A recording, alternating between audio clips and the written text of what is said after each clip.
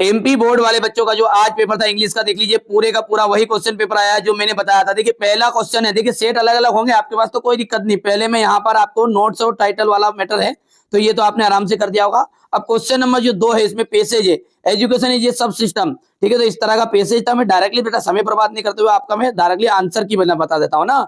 देखिए पहला में आपका आ जाएगा सोशल सिस्टम, दूसरे की बात करें अपन तो यहाँ दूसरे के अंतर्गत आपका सी है, ठीक है। तीसरा आपका रहने वाला है, तीसरे का आपका हो जाएगा ए, चौथा जो रहेगा वो आ जाएगा बी, पांचवे के अंतर्गत आ जाएगा आपका ए, ठीक है। छठे की हम बात करें बेटा तो छठा आपका हो जाएगा यहाँ पर ए, और सातवें का भी आंसर आपका रहने वाला था बी।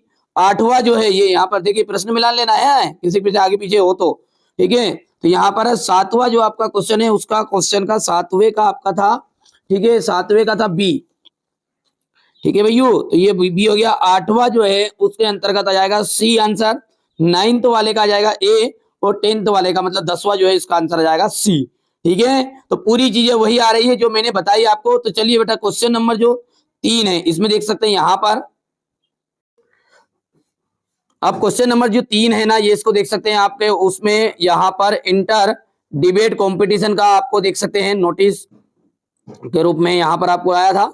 यहां से अपन देख सकते हैं एडवर्टाइजमेंट था जो था, ठीक है आपको, ठीक है, हाउस होल्ड गुड्स का, ठीक है, घरेलू उपयोगी वस्तुओं को आपको बेचना है। ये मैंने आपको पहले ही बता दिया था, मैम ने जो क्लास ली थी पूरी की पूरी जो लॉन्ग वीडियो है उसमें से पूरे का पूरा आया, आप तो चाहे मिलान कर लो, ठीक है। यहाँ पर ये क्वेश्चन नंबर 4 था। अभी अपन बात करते हैं तो इस तरीके से ये क्वेश्चन थे। और अब सेक्शन सी में है आपका डू अस डायरेक्टेड, ठीक है। तो डू अस डायरेक्टेड जो है ना उसका आपको पहला जो है someone is calling my name change into passage आपका रह जाएगा, ठीक है। यहाँ पर इसका पैसेज आपका होने वाला है। तो बेटा यहाँ पर जो इसका आ जाएगा आंसर चेंज इनटू वही था, तो माई नेम इसका आ जाएगा माई नेम, ठीक है, is being my name is being, ठीक है, कॉल्ड CAL, ठीक है, EED कॉल्ड, और बाई समवन, ठीक है। तो यहाँ पर आ जाएगा समवन। चलिए दूसरे की हम बात करें तो दूसरा क्या है हमारा यहाँ पर, ठीक है। तो physics he is intelligent, he is hard work, इसको सेंटेंस को बोथ और एंड के साथ आपको जोड़ना था। तो ही इज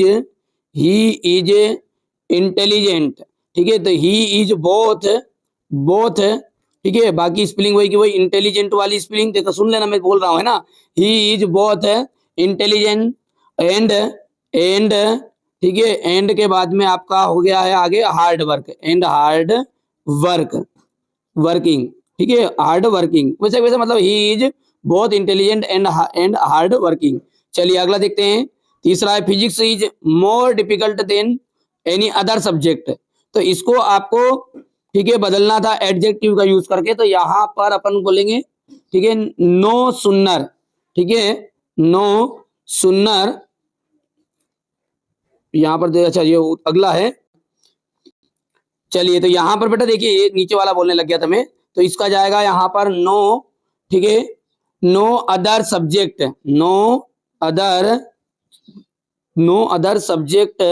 SUBJECT, ठीक है, is as difficult as physics. मैं बोल रहा हूँ यार बेटा, है ना, थोड़ा सा लिखने में प्रॉब्लम आ रही है, मैं बोल रहा हूँ, ठीक है। तो ये दूसरे का था अपना, फिर से मैं एक बार रिपीट कर देता हूँ जिन बच्चों का सही से नहीं हो पाएगा। नो सुन्नर, ठीक है, नो सुन्नर वाला नहीं, no other subject is as difficult as physics. चलो आगे बढ़ाइए।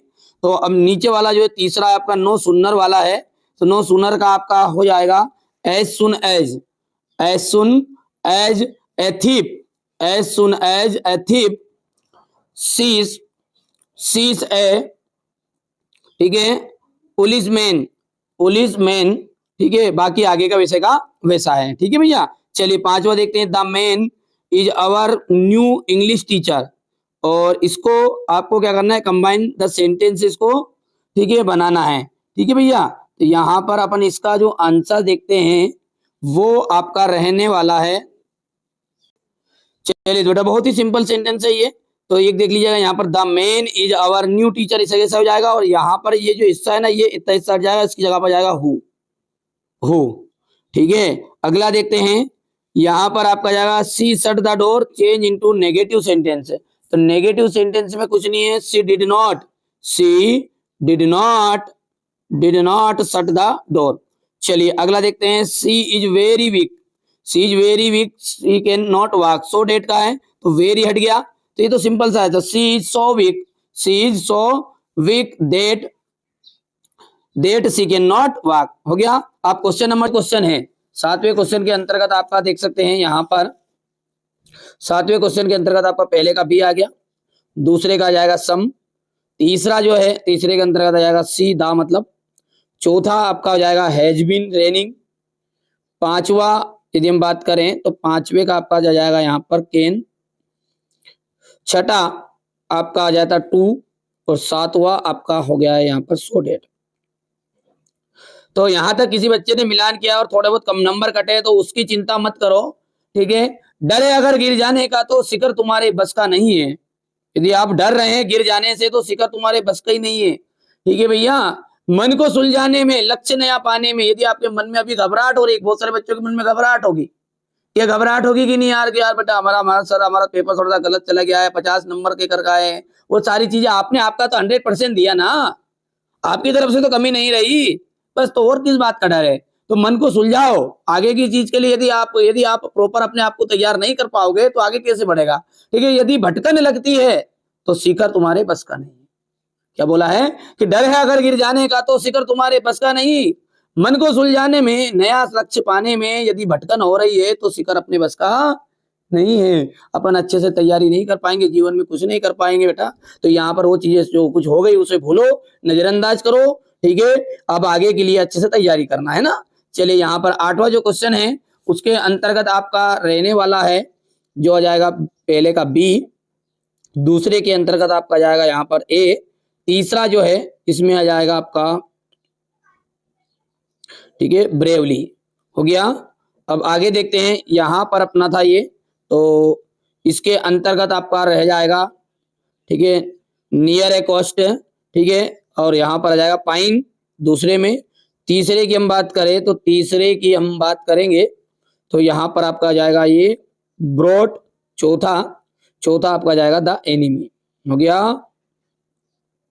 9th वाला जो था वो भी पैसेज था आपका, सिंपल सा पैसेज था। तो यहाँ पर अपन देखते हैं, तो पहला है तो हेयर कटिंग, दूसरे के अंतर्गत आपका जाएगा ए महाराष्ट्रियन, तीसरा जो है तीसरा आ जाएगा आपका 3, चौथा आ जाएगा आपका इनकेंडेंस यहाँ पर, और पांचवा आ जाएगा आपका पोएट एंड पेन केकर्स, हो गया। तो ये 10वां हो गया है, ये 11वां हो गया, ये 12वां, इस तरीके से क्वेश्चन पेपर थे। तो भले ही आपको कोई दिक्कत नहीं, नंबर कितने ही आ रहे हैं कोई इशू नहीं है। किसी बच्चे का पेपर अच्छा गया होगा तो वो फूल के डेचरा नहीं होगा, आखा अंगारा मत मूतना, ठीक है। नहीं तो भैया अगला पेपर बिगड़ जाएगा। और कोई बच्चे का, ठीक है, कोई पेपर में कठिनाई आ गई हो और किसी कारणवश पेपर थोड़ा बिगड़ भी गया तो भी चिंता मत करो।